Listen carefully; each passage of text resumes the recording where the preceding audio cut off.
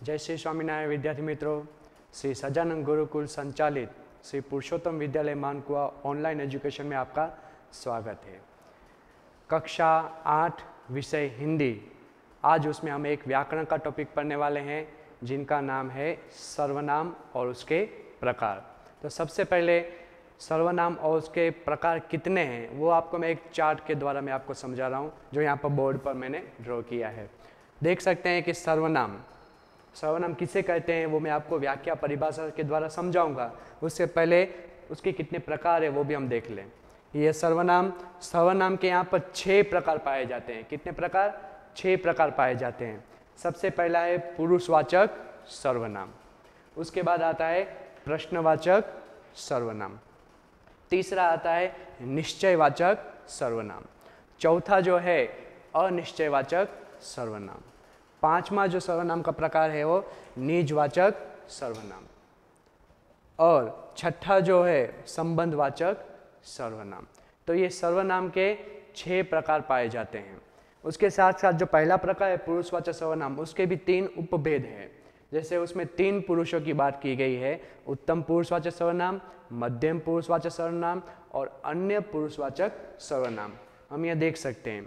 तो कुल मिलाकर 9 हो जाते हैं। उसमें से मुख्य जो प्रकार है वो 6 प्रकार है जो इस तरह से है, और यहाँ पर पुरुषवाचक के भी 3 प्रकार पाए जाते हैं। तो सबसे पहले हम सर्वनाम की व्याख्या और फिर उसके प्रकार है वो बारी बारी से लेकर जाएंगे और समझते जाएंगे। सबसे पहले आप ये जो मैंने यहाँ पर लिखा है वो आप भी लिख लीजिए, ड्रॉ कर लीजिए। मेरा जो वीडियो है उसको पुश करके आप ये लिख लेना है, ये चार्ट आपको लिख लेना है, ताकि जब भी कोई आपसे पूछे कि सर्वनाम किसे कहते हैं, उसके कितने प्रकार हैं, तो प्रकार के नाम आपको याद रह जाएंगे। इसके माध्यम से भी आप प्रकार याद रख सकते हैं। 2 मार्क में पूछा जाता है प्रश्न कि सर्वनाम किसे कहते हैं और उसके कितने प्रकार हैं। तो ये इस तरह से जो प्रकार मैंने यहाँ पर लिखे हैं वो आप इस तरह से अगर लिखोगे तो आपको वो याद भी रह जाएंगे और देखने में भी काफ़ी अच्छा लगेगा। तो अब हम चलते हैं उनकी व्याख्या की ओर कि सर्वनाम किसे कहते हैं।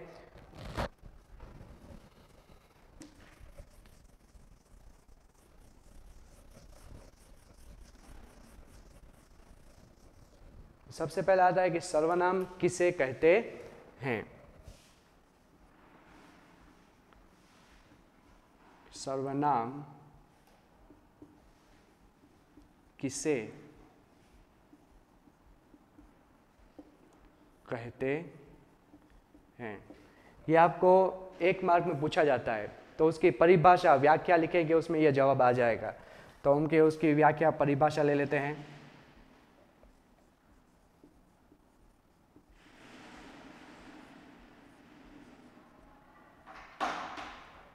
संज्ञा के स्थान पर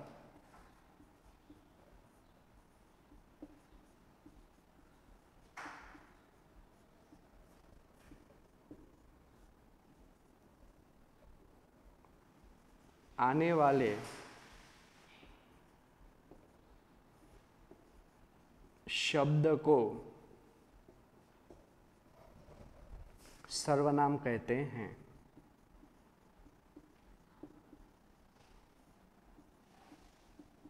सर्वनाम कहते हैं कि संज्ञा के स्थान पर जिस शब्द का प्रयोग होता है या फिर आने वाला जो शब्द होता है उसको हम सर्वनाम कहते हैं। वो उदाहरण के द्वारा हम समझे, जैसे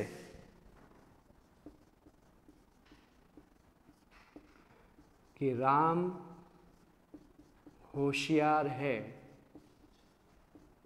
राम होशियार है। तो यहाँ पर जो राम है वो क्या है? तो राम है वह संज्ञा है। राम क्या है? संज्ञा। होशियार क्या है? तो वह एक विशेषण है। अब इसमें सर्वनाम कहाँ पर आएगा? तो जहाँ पर संज्ञा है ना, उसके स्थान पर जो आने वाला शब्द होगा वो सर्वनाम होगा। जैसे यहाँ पर मैं लिख रहा हूं कि वह होशियार है, तो वह है वो क्या है? तो वह सर्वनाम है। और यह है विशेषण। तो यहाँ पर हम देख सकते हैं कि कहाँ पर परिवर्तन होता है। राम होशियार है, तो राम है वह संज्ञा बता रहा है, और संज्ञा के स्थान पर जो आने वाला शब्द है वह सर्वनाम है। तो देखो यह संज्ञा है, राम की जगह हमने कौन सा यहाँ पर शब्द रखा, वह। और भी रख सकते हैं, मैं, तुम, वह, यह, ये सभी इसमें यहाँ पर रख, तो वो सभी सर्वनाम है। तो यहाँ पर वह होशियार है, तो यहाँ पर हमने नाम नहीं लिया है, जो राम है उसका नाम नहीं लिया, राम के नाम के स्थान पर हमने क्या उपयोग किया, वह शब्द उपयोग किया। तो जो वह शब्द है वह सर्वनाम है। तो ये आपको ध्यान में रखना है कि संज्ञा के स्थान पर उपयोग होने वाला या आने वाले शब्द को सर्वनाम कहते हैं। ये एक मार्क में आपको पूछा जाता है कि सर्वनाम किसे कहते हैं, तो इस तरह से आपको लिखना है कि सर्वनाम इसे कहते हैं। अब लेते हैं उनके प्रकार बारी बारी से, कितने प्रकार है वो तो मैंने आपको बता दिया कि सर्वनाम के 6 प्रकार है। अभी 6 प्रकार है, उसमें से पहला प्रकार हम लेते हैं सर्वनाम में। अब लेते हैं प्रकार।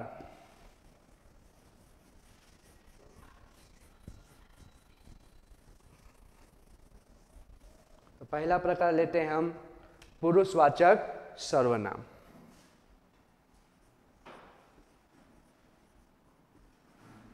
पुरुषवाचक सर्वनाम। पुरुषवाचक सर्वनाम में भी 3 प्रकार पाए जाते हैं। वो तीनों प्रकार जो वही पुरुषवाचक सर्वनाम है। तो उसमें जो पहला है उत्तम पुरुषवाचक सर्वनाम। उत्तम पुरुषवाचक सर्वनाम। तो उत्तम पुरुषवाचक सर्वनाम किसे कहते हैं, तो पहले लिख लेते हैं, बाद में आपको समझा देते हैं कि उत्तम पुरुषवाचक सर्वनाम किसे कहते हैं। कि बोलने वाला व्यक्ति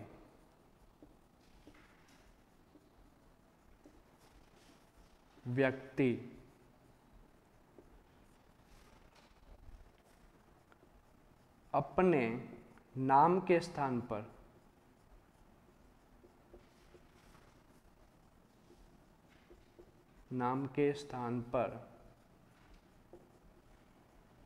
जिस सर्वनाम का प्रयोग करता है,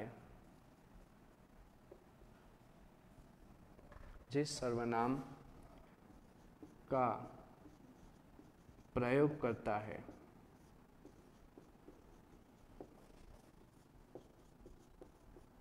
उसे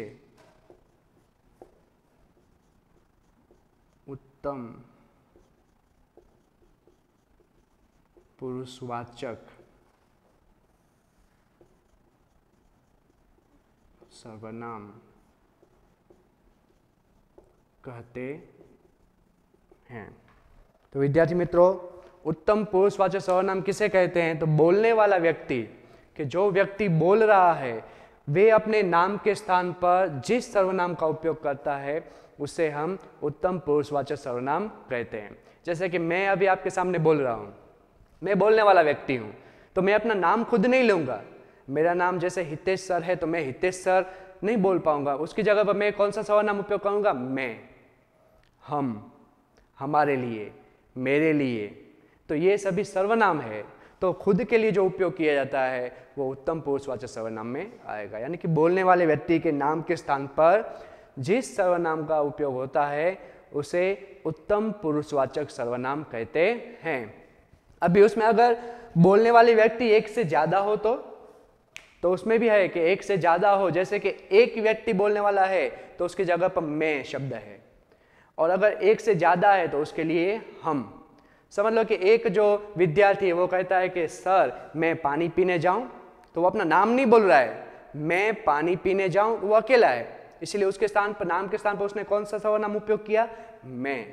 लेकिन समझ लो कि 2 विद्यार्थी हैं, वो साथ में आते हैं परमिशन लेने के लिए कि सर हम पानी पीने जाए, तो वहां पर हम शब्द का उपयोग हुआ। क्यों? क्योंकि वहां पर एक से अधिक यानी कि 2 हो गए विद्यार्थी, तो वहां पर उसने अपने नाम नहीं लिया। जैसे कि राकेश और मोहन दोनों साथ पानी पीने के लिए परमिशन के लिए आए और वो कहे सर राकेश और मोहन पानी पीने के लिए जाएं, ऐसा वो नहीं बोलेंगे। क्यों? क्योंकि वहां पर अपना नाम खुद नहीं लेते हैं, उसके स्थान पर सर्वनाम का उपयोग होता है। इसलिए राकेश मोहन कहेंगे कि हम, दोनों के लिए हम शब्द का जो उपयोग किया है वह उत्तम पुरुषवाचक सर्वनाम है। यानी कि बोलने वाले व्यक्ति, तो अगर बोलने वाला व्यक्ति एक है तो उसके लिए यहां पर शब्द दिए जाएंगे, जैसे कि एक वचन, एक वचन, और यहां पर ले लेते हैं बहुवचन। बोलने वाला व्यक्ति अगर एक है तो वो अपने नाम के स्थान पर लगाएगा मैं, मैंने, मुझे। ये अकेला व्यक्ति है इसलिए अपने नाम के स्थान पर ऐसे सर्वनाम लगाएंगे। और भी है मेरा, मेरी, मेरे, यह भी है कि मेरा, मेरी और मेरे, ये सभी अकेले व्यक्ति है, उसके नाम के स्थान पर इसका उपयोग होता है। तो यहां पर बहुवचन में अगर एक से ज्यादा हो तो मैं है तो हो जाएगा हम, हमने या हमें। फिर मेरा, मेरी और मेरे है तो हमारा, हमारा, हमारे और हमारी। ये सभी सर्वनाम है वो उत्तम पुरुषवाचक के सर्वनाम है। आप खुद ही देख लीजिए, यह शब्द, ये जो शब्द है वो हम कहाँ पर लगते हैं, जो बोलने वाला व्यक्ति अपने नाम के स्थान पर। मैं स्कूल जा रहा हूँ, मैंने पिक्चर देखी, मुझे बॉल पेन चाहिए, तो वो अपने नाम के स्थान पर अपना नाम नहीं बोलेगा, सर्वनाम का उपयोग करेगा। अगर एक से ज़्यादा व्यक्ति है तो हम बाजार जाएंगे, हम खिलौने खरीदेंगे, हमने तुम्हें देखा, हमें कुछ पैसे चाहिए, हमारा ध्यान कहीं और है, हमारे लिए कुछ लाओ, हमारी पुस्तक कहाँ है। तो ये सभी बहुवचन के लिए, एक से ज़्यादा जो व्यक्ति है उसके लिए उपयोग होता है। तो इसे उत्तम पुरुषवाचक सर्वनाम कहते हैं। समझ में आ गया विद्यार्थी मित्रों? अब आपको मालूम होना चाहिए कि उत्तम पुरुषवाचक सर्वनाम किसे कहते हैं। बोलने वाला जो व्यक्ति होता है उसके नाम के स्थान पर जिस शब्द का उपयोग होता है उसे उत्तम पुरुषवाचक सर्वनाम कहते हैं। अभी उसमें दूसरा लेते हैं, उत्तम पुरुषवाचक सर्वनाम आ गए। अब दूसरा लेते हैं मध्यम पुरुषवाचक सर्वनाम। तो यहां पर हम इतना ही चेंज करेंगे कि मध्यम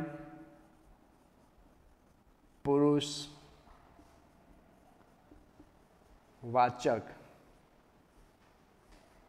मध्यम पुरुषवाचक सर्वनाम। तो यहां पर भी बोलने वाला व्यक्ति नहीं होगा, कौन सा व्यक्ति होगा, सुनने वाला व्यक्ति होगा। तो यहां पर सुनने वाला व्यक्ति, यहां पर लिख लेंगे हम सुनने वाला व्यक्ति।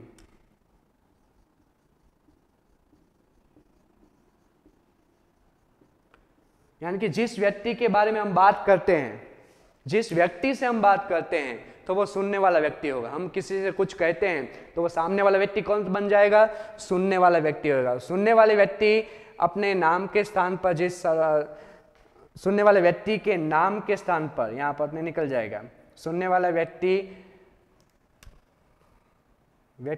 के नाम के स्थान पर जिस सर्वनाम का प्रयोग होता है उसे क्या कहेंगे, तो उसे कहेंगे मध्यम पुरुषवाचक सर्वनाम। मध्यम पुरुषवाचक सर्वनाम। तो यहां पर पहला था उत्तम पुरुषवाचक सर्वनाम, यानी बोलने वाले व्यक्ति के नाम के स्थान पर जिस शब्द का उपयोग होता है।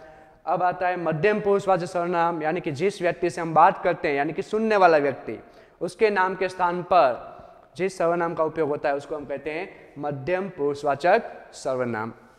जैसे कि अभी मैं बोल रहा हूं और आप लोग सुन रहे हैं, तो हम कहेंगे ना कि तू, तूने, तुम, ये सभी मध्यम पुरुषवाचक सर्वनाम है। हम किसी से बात करते हैं, अगर बड़ा व्यक्ति तो हम उसको कहेंगे आप जरा यहाँ बैठ जाइए, आपको यह काम करना है, आपको वह काम करना है। तो उस समय उसको हम नाम नहीं लेते हैं, नाम के स्थान पर ऐसे सर्वनामों का उपयोग करते हैं। तो यहाँ पर भी हम इसको एक वचन और बहुवचन में देखें तो कौन से सर्वनाम आएंगे कि सुनने वाला व्यक्ति अगर अकेला है और तो किस तरह से सर्वनाम आएंगे। जैसे कि अकेला है तो हम उसको तू कर सकते हैं। जो हमसे छोटा हो, कि हमसे जो छोटा भाई, हम कहते हैं कि तू टीवी नहीं देखेगा, आज मैं टीवी देखूंगा, तूने लेसन नहीं किया है, तो हम किससे कहते हैं, सामने वाले व्यक्ति, जो सुनने वाला व्यक्ति उससे बात करते हैं, इसीलिए उसके नाम के स्थान पर शब्द जो सर्वनाम का प्रयोग करते हैं उसको मध्यम पुरुषवाचक सर्वनाम कहते हैं। तो यहाँ पर तू, तूने, तुम, तुझे, फिर तुमने,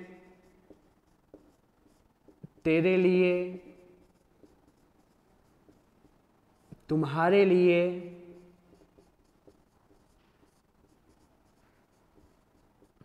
तो ये सभी अकेला व्यक्ति है, उसके नाम के स्थान पर यह होता है कि तू, तूने, तुम, तुझे, तुमने, तेरे लिए, तुम्हारे लिए, यह सभी क्या है?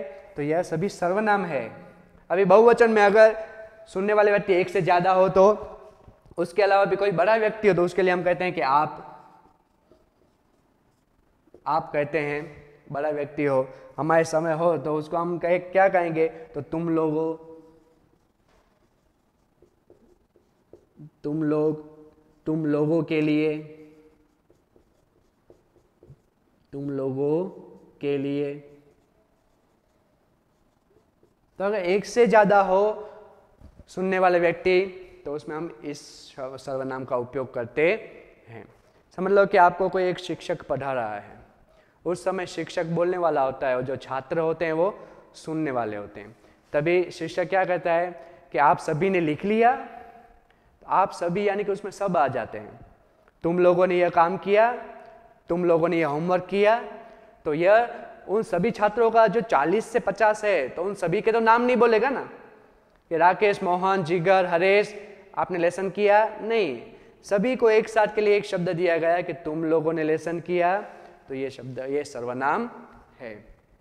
तो ये बहुवचन के लिए सर्वनाम है और ये एक वचन के लिए सर्वनाम है। तो ये हुआ मध्यम पुरुषवाचक सर्वनाम। अब लेते हैं अन्य पुरुषवाचक सर्वनाम कि अन्य पुरुषवाचक सर्वनाम किसे कहते हैं। तो यहाँ पर हम मध्यम को हटाकर यहाँ पर लिख देंगे अन्य। यहाँ पर क्या आएगा? अब कौन सा व्यक्ति आएगा? तो अब यहाँ पर ना ही बोलने वाला व्यक्ति आएगा, ना ही सुनने वाला व्यक्ति आएगा। जिस व्यक्ति के बारे में बात की जाती है, यानी कि तीसरी व्यक्ति के बारे में बात की जाती है, तो यहाँ पर हम इस तरह से लिखेंगे कि जिस व्यक्ति की बात की जाती है वो यहाँ पर आएगा। तो यहाँ पर लिखेंगे कि जिस व्यक्ति के बारे में, जिस व्यक्ति के बारे में बात की जाती है, बात की जाती है, यानी तीसरी व्यक्ति, यानी तीसरी व्यक्ति, तीसरी व्यक्ति के नाम के स्थान पर, नाम के स्थान पर आने वाले शब्द को, आने वाले शब्द को क्या कहेंगे? अन्य पुरुषवाचक सर्वनाम। यहां पर लिखेंगे अन्य पुरुषवाचक सर्वनाम। शब्द को अन्य पुरुषवाचक सर्वनाम कहते हैं। तो यहां पर देखते हैं कि जिस व्यक्ति के बारे में बात की जाती है, यानी कि तीसरी व्यक्ति के बारे में बात की जाती है, ना ही वो आपको सुनता है, ना ही वो सुनने वाला है, ना ही वो बोलने वाला है। तीसरी व्यक्ति के बारे में जो बात की जाती है, उसके नाम के स्थान पर जिस सर्वनाम का उपयोग होता है या आने वाला जो शब्द होता है, उसे अन्य पुरुषवाचक सर्वनाम कहते हैं। तो उनके भी सर्वनाम यहाँ पर बदल जाएंगे। तो उसके लिए कौन से सर्वनाम आएंगे? समझ लो कि क्लास में एक लड़का सो रहा है, तो दूसरा व्यक्ति कहता है कि सर यह सो रहा है। तो यह यानी सर्वनाम है, उसे तो मालूम ही नहीं है, जो सोने वाला व्यक्ति उसे मालूम नहीं है कि उसके बारे में बात की जा रही है। तो तीसरी व्यक्ति के बारे में बात की जा रही है कि सर इसने लेसन नहीं किया, सर उसने लेसन नहीं किया है, सर यह मेरी मस्ती कर रहा है, सर वह मेरी मस्ती कर रहा है, सर उसने मेरी पेन ले ली है, सर उसने मेरी किताब फाड़ दी है। तो यहाँ पर हम तीसरी व्यक्ति के बारे में बात करते हैं। तो यहाँ पर हम कौन कौन से ज्यादा के शब्द आए, तो आपको ये ध्यान रखना है कि एक वचन है तो यह, वह,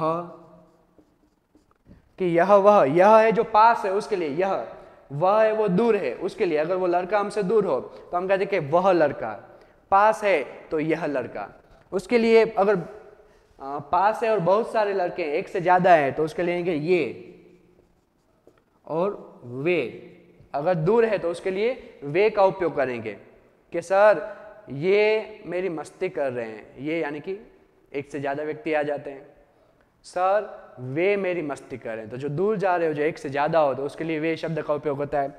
उसी तरह से यहां पर आएगा कि इसने, उसने, सर इसने मेरा पानी पी लिया, सर उसने मेरा पानी पी लिया, तो यहां पर ये एक वचन के लिए, अगर एक से ज्यादा हो तो इन्हें और उन्हें, सर इन्हें कह दीजिए यह मुझे लेसन करने नहीं देता है, इन लोगों से कह लीजिए, तो इन लोगों के लिए भी, इन लोगों के लिए, उन लोगों के लिए भी, इसने, उसने, यह सभी सर्वनाम तीसरे व्यक्ति की ओर हमें संकेत करते हैं, तो उसको हम अन्य पुरुषवाचक सर्वनाम कहते हैं। तो ये आपको ध्यान में रख लेना है, ये सर्वनाम है एक वचन वाले और बहुवचन वाले। एक व्यक्ति, यहाँ पर एक से ज्यादा व्यक्ति, उसके नाम के स्थान पर जिस सर्वनाम का उपयोग करते हैं उसको अन्य पुरुषवाचक सर्वनाम कहते हैं। इतना समझ में आ गया। अब चलते हैं सर्वनाम का दूसरा प्रकार जो मुख्य है, यानी कि यहाँ पर अभी तक हमने एक ही प्रकार पूरा किया, कौन सा? पुरुषवाचक सर्वनाम। ये तीनों के तीनों पुरुषवाचक सर्वनाम ही है, उत्तम पुरुषवाचक सर्वनाम, मध्यम पुरुषवाचक सर्वनाम और अन्य पुरुषवाचक सर्वनाम। तो उसमें कौन कौन से आएंगे? तो मैं, हम, तुम, आप, ये सभी पुरुषवाचक सर्वनाम ही हैं। फिर उसमें अलग अलग नहीं है, पुरुषवाचक सर्वनाम, यानी कि ये तीनों का मेल जो है वो पुरुषवाचक सर्वनाम में आ जाता है। अब लेते हैं दूसरा प्रकार। दूसरा प्रकार लेंगे। दूसरा प्रकार का नाम क्या है बताओ तो विद्यार्थी मित्रों? दूसरे प्रकार का नाम क्या है? दूसरा प्रकार आएगा, हाँ, पुरुषवाचक सर्वनाम, प्रश्नवाचक सर्वनाम।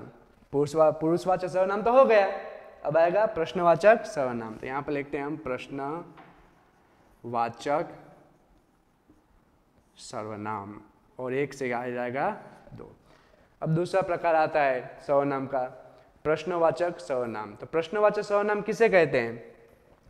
तो जिस व्यक्ति से कोई प्रश्न पूछा गया हो, कोई प्रश्न पूछा जाए,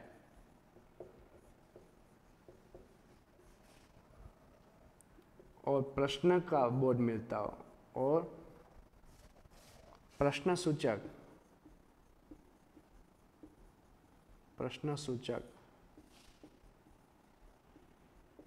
सर्वनाम का बोध मिलता हो,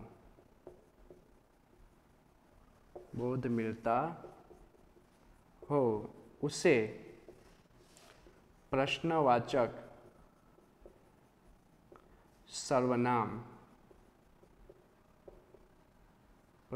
सर्वनाम कहते हैं। कि जिस व्यक्ति से कोई प्रश्न पूछा जाता हो, या जिस वाक्य में प्रश्न पूछा जाता हो, या प्रश्नसूचक सर्वनाम का उपयोग किया जाता हो, तो उसे हम प्रश्नवाचक सर्वनाम कहते हैं। उदाहरण के द्वारा समझे, जैसे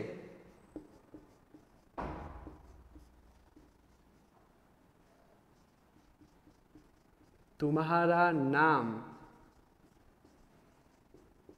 क्या है? तो यहां पर जो क्या है वो प्रश्नसूचक सर्वनाम है, कि तुम्हारा नाम क्या है, ये प्रश्न पूछा जाता है, आखिर में प्रश्न चिन्ह भी आता है, तो उसको प्रश्नवाचक सर्वनाम कहते हैं। और भी हम उदाहरण लें, जैसे तुम कौन हो? राकेश कहाँ गया है। तो देखो यहाँ पर जितने भी आपको वाक्य दिख रहे हैं उसमें ये प्रश्नसूचक सर्वनाम आते हैं। प्रश्न किया जाता है तो उसे प्रश्नवाचक सर्वनाम कहते हैं। लेकिन प्रश्नार्थ वाक्य और प्रश्नवाचक सर्वनाम इसमें भेद है, हाँ?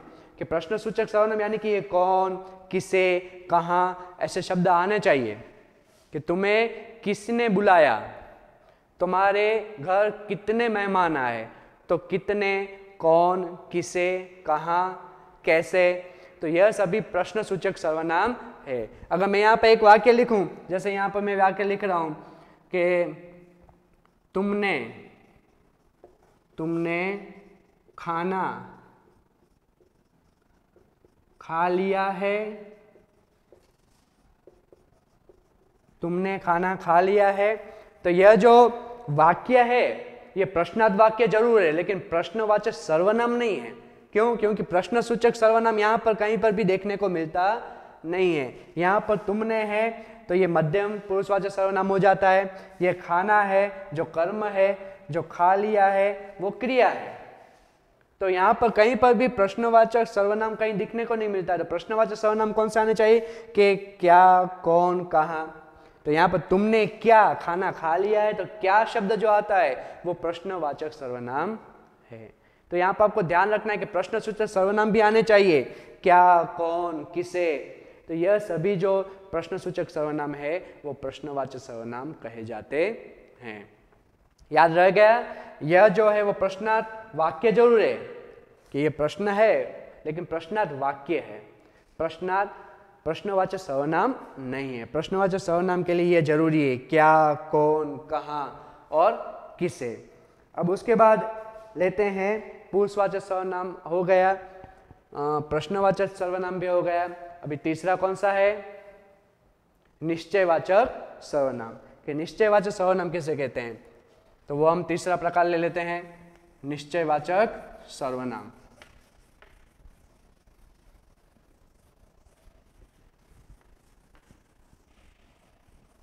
निश्चयवाचक सर्वनाम।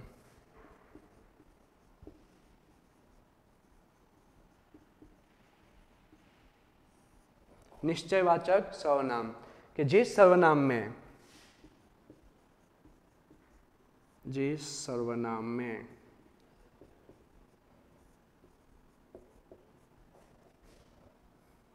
किसी वस्तु का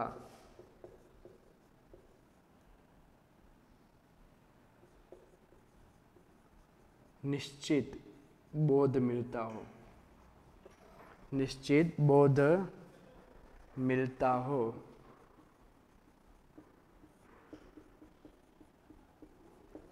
उसे निश्चय वाचक सर्वनाम कहते हैं। कि जिस सर्वनाम में किसी वस्तु का निश्चित बोध मिलता हो उसे निश्चयवाचक सर्वनाम कहते हैं। बहुत ही सिंपल है। निश्चय यानी कि चौकस। जैसे कि मैं एक बार कहूं कि भाई यह किताब है, तो ये एक वस्तु है। यह मार्कर है। अगर पास हो तो यह का उपयोग करेंगे, दूर है तो वह का उपयोग करेंगे। वह खिड़कियां हैं, वह दीवार है, वह पंखे हैं।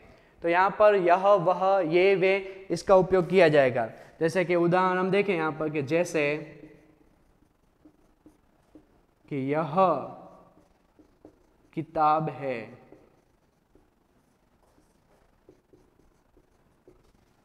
कि वह खिड़की है,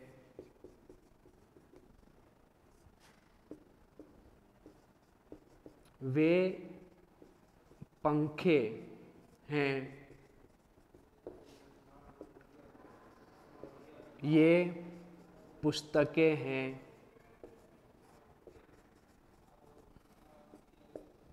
तो देखो यहाँ पर अगर पास हो तो उसके लिए यह का उपयोग होता है। कि यह किताब है, तो किताब है वो निश्चित है, उसमें कोई गलत बात नहीं है। जो निश्चित का बोध मिलता है उसको निश्चयवाचक सर्वनाम कहते हैं। तो यह किताब है, वह खिड़की है, वह का उपयोग कब करेंगे?